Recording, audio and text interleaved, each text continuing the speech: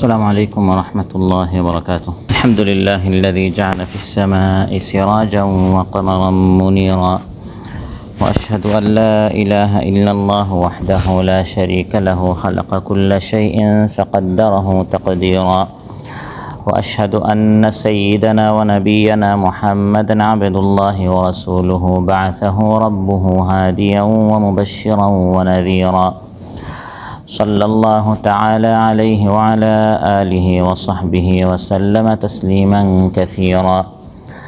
أما بعد، فأعوذ بالله من الشيطان الرجيم. بسم الله الرحمن الرحيم. إن هو إلا رجل به جنة فتربصوا به حتى حين। আল্লাহ তাআলা ইরশাদ করেন, নূহ আলাইহিস সালামের কওম তারা বলল নূহ আলাইহিস সালাম সম্পর্কে, সে তো পাগল, তাকে পাগলামি ধরেছে, অতএব তার জন্য কিছুদিন তোমরা অপেক্ষা করো। নাজমার এই মসজিদে আয়োজিত আজকের এই মাহফিল উপস্থিত সম্মানিত মুসল্লি ভাইরা, সূরাতুল মুমিনুন থেকে একটি আয়াত 25 নম্বর আয়াত তিলাওয়াত করে এর সহজ সরল বাংলা অনুবাদ উপস্থাপন করলাম। এই আয়াতে আল্লাহ তাআলা নূহ আলাইহিস সালাম তার কওমের সামনে যখন তাওহীদের দাওয়াত, ইসলামের দাওয়াত পেশ করলেন, তখন তারা নূহ আলাইহিস সালামকে পাগল বলে কিভাবে মুশকারি করলো এবং এখান থেকে আমরা কি পাথেয় পাই, এই সকল বিষয়ে আপনাদের সামনে আলোচনা উপস্থাপন করব ইনশাআল্লাহ। সম্মানিত ভাইরা, নূহ আলাইহিস সালাম 2-1 দিন নয়, বরং 950 বছর তার কওমকে দাওয়াত দিয়েছেন এবং কত ধরনের নিপীড়ন নির্যাতনের তিনি মুখোমুখি হয়েছেন। কোরআনে কারিমে আল্লাহ তাআলা বিভিন্ন জায়গায় তা আলোচনা করেছেন। এই আয়াতে আল্লাহ তাআলা বলেন যে নূহ আলাইহিস সালাম যখন তার কওমের সামনে দাওয়াত পেশ করলেন, তখন তারা পরস্পর বলাবলি করলো, ইন হুয়া ইল্লা রাজুলুম বিহি জিন্নাহ। নূহ হচ্ছে এমন এক ব্যক্তি যাকে পাগলামি ধরেছে, অতএব কিছুদিন অপেক্ষা করো, সে যখন মারা যাবে তখন তার এই দাওয়াত শেষ হয়ে যাবে, বা কিছুদিন অপেক্ষা করে তার পাগলামি শেষ হোক, তারপর সে কালিমার দাওয়াত, লা ইলাহা ইল্লাল্লাহর দাওয়াত এমনি সে বন্ধ করে ফেলবে। এই কথাটি কওমে নূহ আলাইহিস সালাম সম্পর্কে তারা মন্তব্য করলো। মূলত যুগে যুগে যখনই নবীরা ইসলামের দাওয়াত নিয়ে এসেছেন, কাউকে তাদের কওম ফুলের মালা দিয়ে তারা বরণ করেনি, বরং পাগল বলেছে, গণক বলেছে, জাদুকর বলেছে, মিথ্যাবাদী বলেছে, মুশকারি করেছে, উপহাস করেছে। রাসূল সাল্লাল্লাহু আলাইহি সাল্লাম তার উপর যখন প্রথম ওয়াহী নাজিল হয় হিরা গুহায়, এই ওয়াহী প্রাপ্ত হয়ে তিনি ঘরে আসলেন। রাসূল সাল্লাল্লাহু আলাইহি সাল্লাম খুব চিন্তিত ছিলেন, একে আমি দেখলাম একজন ফেরেশতা আমাকে জড়ে ধরলেন, তারপর 3বার বললেন ইকরা ইকরা ইকরা। 3বার তিনি জবাব বললেন, আমি পড়তে পারি না, মা আনা বিকারি মা আনা বিকারি মা আনা বিকারি। তারপর 5টি আয়াত নাজিল হলো, ইকরা বিসমি রাব্বিকাল্লাযী খালাক খালাকাল ইনসানা মিন আলাক ইকরা ওয়া রাব্বুকাল আকরাম আল্লাযী আল্লামা বিল কলম আল্লামাল ইনসানা মা লাম ইয়ালাম। রাসূল সাল্লাল্লাহু আলাইহি সাল্লাম খুব চিন্তিত হলেন, ভয় পেলেন। এটা কি? ঘরে আসলেন, খাদিজা রাদিয়াল্লাহু আনহার আত্মীয় ওয়ারাকা বিন নাওফাল, সহিহ বুখারীর বর্ণনা, তিনি খ্রিস্টান ধর্মে বড় একজন পণ্ডিত আলিম ছিলেন।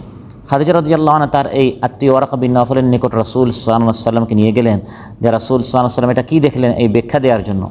ওয়ারাকা বিন নাওফাল, এই বড় পণ্ডিত আলিম, তিনি এটা দেখা মাত্রই বললেন যে এটি হচ্ছে সেই ফেরেশতা যাকান নামুস আল্লাযী উনজিলা আলা মূসা, যিনি আগের যুগে মূসা আলাইহিস সালামের উপর এসেছিলেন, সেই জিবরিল আলাইহিস সালাম আপনার নিকট এসেছে। আপনি ভয় পাবেন না, আপনি একজন নবী, আপনি সেই জামানার রাসূল হয়েছেন। তারপর ওয়ারাকা একটি গুরুত্বপূর্ণ কথা বললেন, লাইতানি আকুনু ফিহা জারান ইয ইখরুজুকা কওমুক। এখন আমি শেষ বয়সে, অন্তিম মুহূর্তে, বয়োবৃদ্ধ ওয়ারাকা বিন নাওফাল বলছেন, এই শেষ বয়সে আমার এই আশা, এখন যদি আমি যুবক হতাম তাহলে সেই সময় আমি আপনার সাথে থাকতাম, আমি আপনাকে সহযোগিতা করতাম যখন আপনার কওম আপনাকে এই মক্কা থেকে বের করে দিবে। মহানবী সাল্লাল্লাহু আলাইহি ওয়াসাল্লাম অবাক হলেন, আও মুখরিজিয়াহুম, কওম তো আমাকে সত্যবাদী বলে, আমানতদার বলে, আমাকে সম্মান করে, শ্রদ্ধা করেছে, কত বেশি তারা আমাকে সম্মান করে, একদিন কি এমন আসবে যে তারা আমাকে মক্কা থেকে বের করে দিবে? তখন ওয়ারাকা বললেন, মা জা আহাদুন বিমিসলি মা জিতা বিহি ইল্লা উদিয়া। আপনি এখন যে দাওয়াত নিয়ে এসেছেন আপনার কওমের নিকট, এতদিন তারা আপনাকে সত্যবাদী আমানতদার বলেছে 40 বছর পর্যন্ত, এখন কিন্তু আর সত্যবাদী বলবেন, এখন তারা আপনাকে কাযযাব মিথ্যাবাদী বলবে, এখন তারা আপনাকে পাগল বলবে। নূহ আলাইহিস সালামকে পাগল বলা হয়েছে, আপনাকে পাগল বলা হবে। শুধু তাই নয়, একদিন তারা আপনাকে মক্কা থেকে বের করে দিবে। এবং ইতিহাস বলে 13 বছর পর মহানবী সাল্লাল্লাহু আলাইহি ওয়াসাল্লাম ঠিকই মক্কাতুল মুকাররমা থেকে বের হতে তিনি বাধ্য হয়েছিলেন। ওয়ারাকা বললেন যে আপনার আগে যারা এই দাওয়াত নিয়ে এসেছেন, যত নবী এসেছেন, প্রত্যেকের সাথে এই বিরোধিতা করা হয়েছে।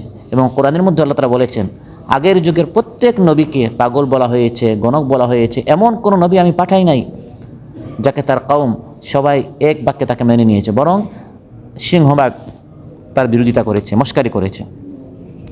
كذلك ما أتى الذين من قبلهم من رسول إلا قالوا ساحر أو مجنون أتواصوا به بل هم قوم طاغون।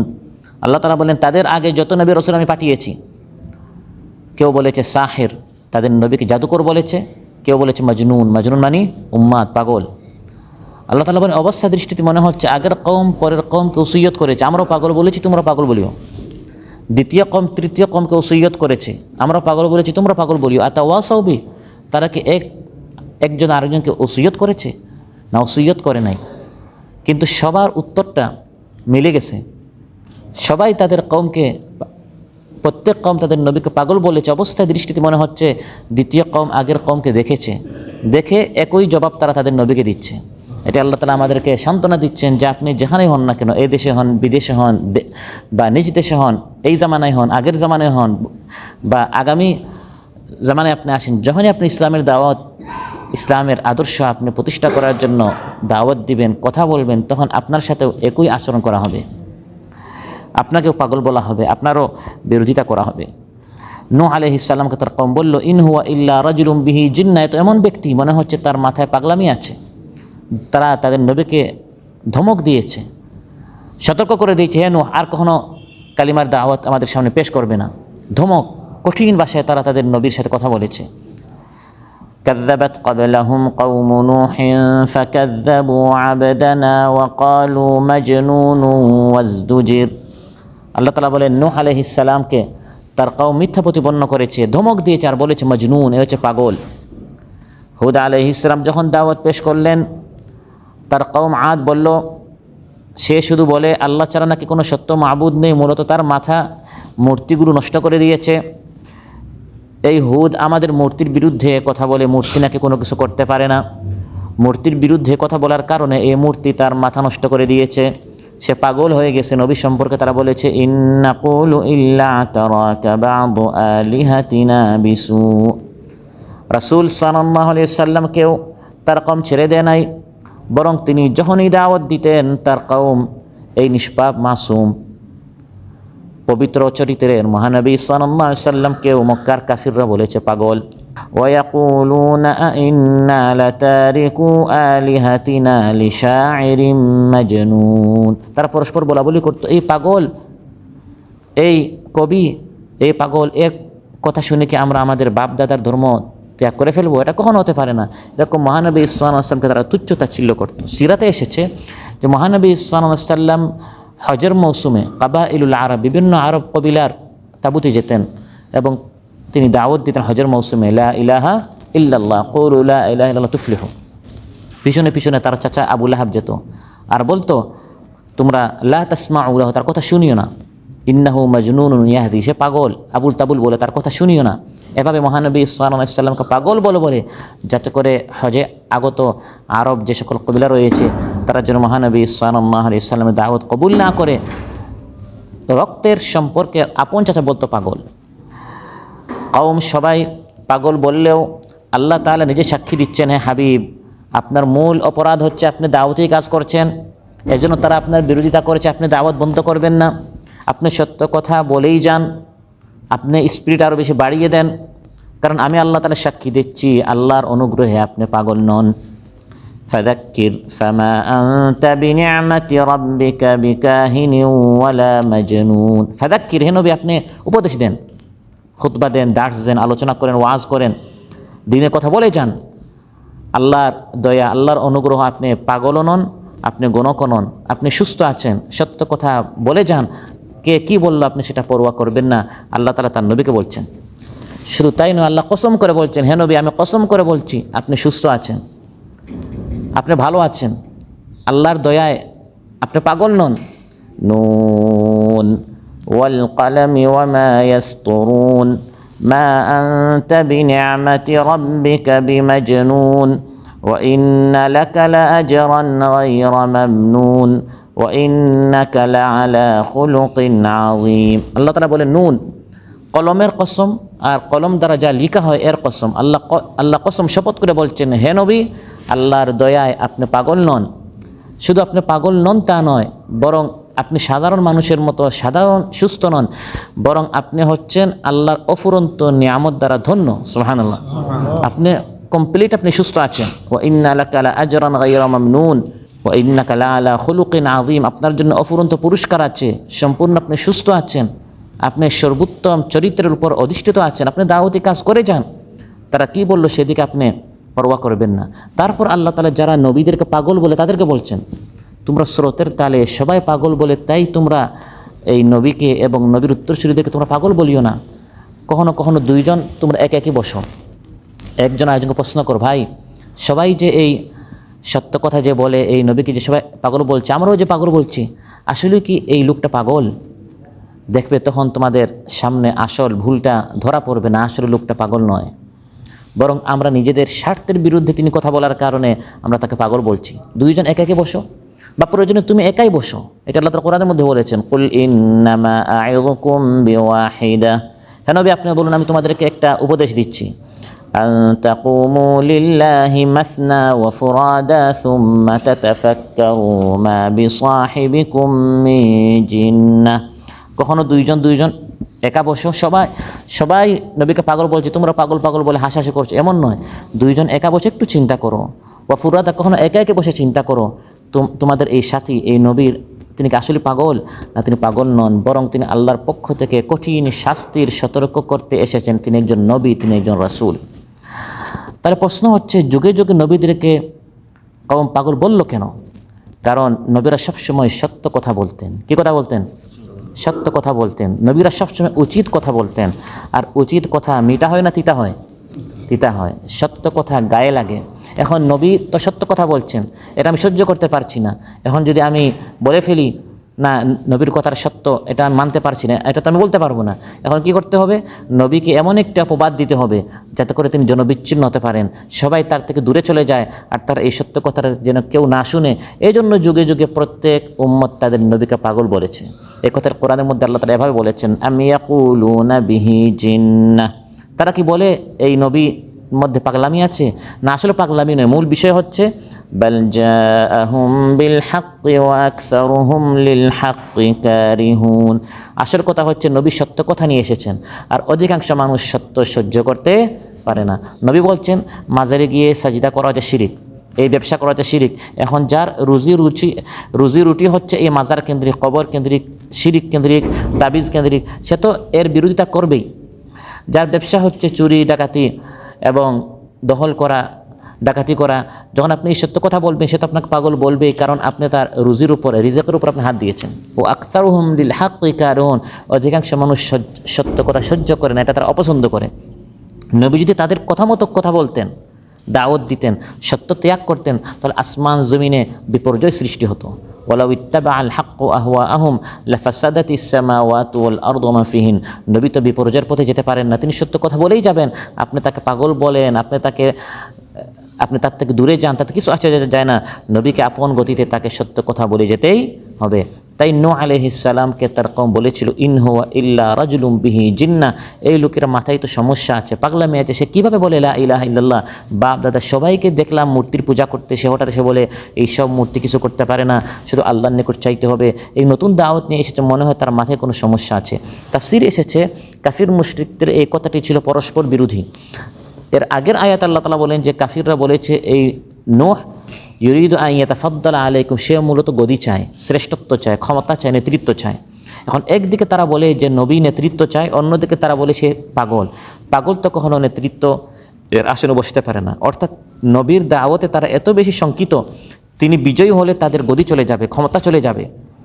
আবার পরের আয়াতে আল্লাহ বলেন তারা বলছে যে এই নবীর মধ্যে পাগলামি আছে। তাহলে কোনো পাগল তো নেতৃত্বের আসনে যেতে পারে না। আসলে সত্য তারা সহ্য করতে পারছে না, কোন সময় কী বলছে এটা তারা নিজেও তারা বুঝতে পারছে না। তারপরে আল্লাহ তাআলা বলেন, তারা বলল ফাতারাব্বাসু বিহি হাত্তা হিন, তোমরা বেশি চিন্তা করো না, এই নূহ কিছুদিন পরে মারা যাবে, তারপর তার এই দাওয়াত এমনি বন্ধ হয়ে যাবে, তাকে নিয়ে আমাদের এত টেনশন করার কিছু নেই। আপনারা এখনও দেখবেন যারা ইসলামের কথা বলে বিরোধীরা তারা বলে এদের সংখ্যা বেশ একটা নেই, বেশ একটা চিন্তা করিও না। আবার তারাই এই সকল ইসলামপন্থীদেরকে নিয়ে বেশি মাতামাতি করে, বেশি কথা বলে। আসলে সহ্য করতে পারে না যখন ইসলামের উত্থান দেখে, কোরআনপন্থীদের উত্থান দেখে। একদিকে বলে এরা সংখ্যায় কম, এরা কিছুই করতে পারবে না, আবার তারাই সবসময় এই ইসলামপন্থীদেরকে নিয়ে সমালোচনা করে, কথা বলে। তো কওমে নূহ একদিকে বলছে যে নূহ আলাইহিস সালাম নেতৃত্ব চাচ্ছে, ক্ষমতা চাচ্ছে, সে মানুষই আসলো কেন, ফেরেশতা আসলো না কেন, তার মাথায় সমস্যা আছে। আবার বলছে তারা পরস্পর সান্ত্বনা দিচ্ছে, ফাতারাব্বাসু বি হাত্তা হিন, কিছুদিন পর সে এমনি মারা যাবে, তখন তার ইসলাম, তার দাওয়াত খতম হয়ে যাবে। যুগে যুগে কাফির মুশরিকরা নিজেদেরকে তারা এভাবে সান্ত্বনা দিত যে আমরা তো কোনোভাবে পারছি না, এই কিছুদিন পর কয়েকটাকে আমরা ফাঁসি দিয়ে দিই, মেরে ফেলি, ক্রসফায়ারে দিয়ে দিই, দেশ থেকে বের করে দিই, তখন তাদের আদর্শ শেষ হয়ে যাবে। কিন্তু এই বেওকুফরা বুঝে না যে এই দাওয়াতটি নূহের নয়, নূহের রবের।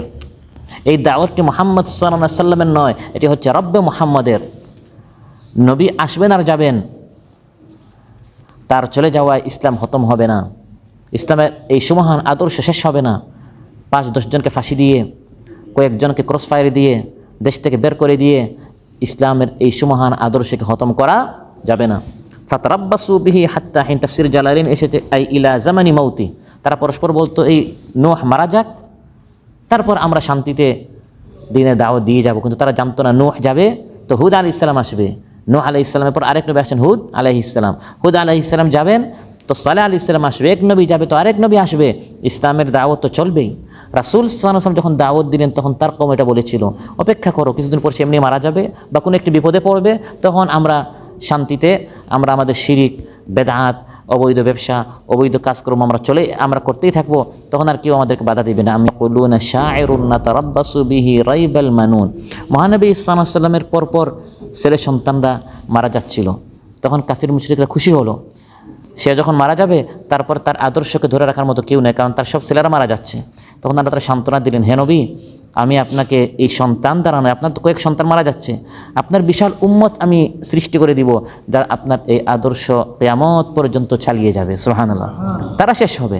ইন্না আতাইনাকাল কাউসার, আমি আপনাকে অশেষ অনেক নিয়ামত দিয়েছি, আল খাইর আল কাসির, ফাসাল্লি লিরাব্বিকা ওয়ানহার, আপনি আপনার রবের জন্য সালাত এবং কোরবানি করুন, ইন্না শানিআকা হুয়াল আবতার, আপনার বিরুদ্ধে সে লেশ কাটা হবে, সে খতম হবে, তার আদর্শ শেষ হবে। আবতার মানে লেশ কাটা, সে লেশ কাটা হবে, সে শেষ হবে। আপনি মারা যাওয়ার মাধ্যমে বা আপনার সন্তান মারা যাওয়ার মাধ্যমে আপনি লেশ কাটা হবেন না, আপনি খতম হবেন না, বরং একজন যাবে তো ঝান্ডা উত্তোলন করার জন্য আমি আল্লাহ তাআলা আরেকজনকে দাঁড় করিয়ে দেবো। সুবহানাল্লাহ। কারণ মৃত্যুতে ইসলাম খতম হয় না। রাসূল সাল্লাল্লাহু আলাইহি ওয়াসাল্লাম যখন মারা গেলেন, সাহাবা কেরাম একটু হতাশ এবং নিরাশ হয়ে গেলেন, এখন ইসলামের কি হবে? আবু বকর রাদিয়াল্লাহু আনহু দাঁড়িয়ে বললেন, মান কানা ইয়াবুদুল্লাহ ফাইন্নাল্লাহ হাইয়ুন লা ইয়ামুত, যে আল্লাহর ইবাদত করে আল্লাহ আছেন, আল্লাহ থাকবেন। আর যে মুহাম্মদের ইবাদত করে, ওমান কানা ইয়াবুদু মুহাম্মাদান ফাইন্না মুহাম্মাদান ক্বাদ মাত, যে মুহাম্মদ সাল্লাল্লাহু আলাইহি ওয়াসাল্লামের ইবাদত করতো তিনি এখন মারা গেছেন। আমরা মুহাম্মদ সাল্লাল্লাহু আলাইহি ওয়াসাল্লাম ইবাদত করি না। হ্যাঁ, তিনি আল্লাহর পক্ষ থেকে দাওয়াত নিয়ে এসেছেন, তিনি চলে গেছেন, আল্লাহ তাআলা সাহাবায়ে কেরামদেরকে দাঁড় করে দিলেন, তারা চলে গেলেন, তাবেঈরা আসলেন, তারপর তবে তাবেঈন আসলেন। এভাবে যুগে যুগে ইসলামের এই সুমহান আদর্শকে প্রতিষ্ঠা করার জন্য, দাওয়াত দেওয়ার জন্য আল্লাহ তাআলা একদল মানুষকে দাঁড় করিয়ে দেন, একদল যায় আর একদল আসে, তারা পিছপা হয় না, সমুদ্রের তরঙ্গের মতো আছড়ে পড়ে পিছন দিয়ে আরেকটি তরঙ্গ আসে। সুবহানাল্লাহ। তো কওমে নূহ তারা ভেবেছিল ফাতারাব্বাসু বিহি হাত্তা হিন, কিছু অপেক্ষা করো, নূহ চলে গেলে আমরা শান্তিতে জিনা, ব্যভিচার, খুন খারাপি, চাঁদাবাজি, চুরি ডাকাতি সব করতে পারবো। না, বিষয়টা এমন নয়। নূহের পর আরেকজন আসবে, তারপর আরেকজন আসবে, ইলা ইয়াউমিল কিয়ামা, কিয়ামত পর্যন্ত এরকম ইসলামের এই যাত্রা চলতেই থাকবে। প্রিয় ভাইরা, এই আয়াত থেকে যেটা আমরা জানলাম, বুঝলাম, প্রথম হচ্ছে যে নূহ আলাইহিস সালাম যেভাবে তিনি বিরোধিতার মুখোমুখি হয়েছিলেন, অথচ তিনি একজন নবী ছিলেন, তার আদর্শে কোনো কালিমা ছিল না।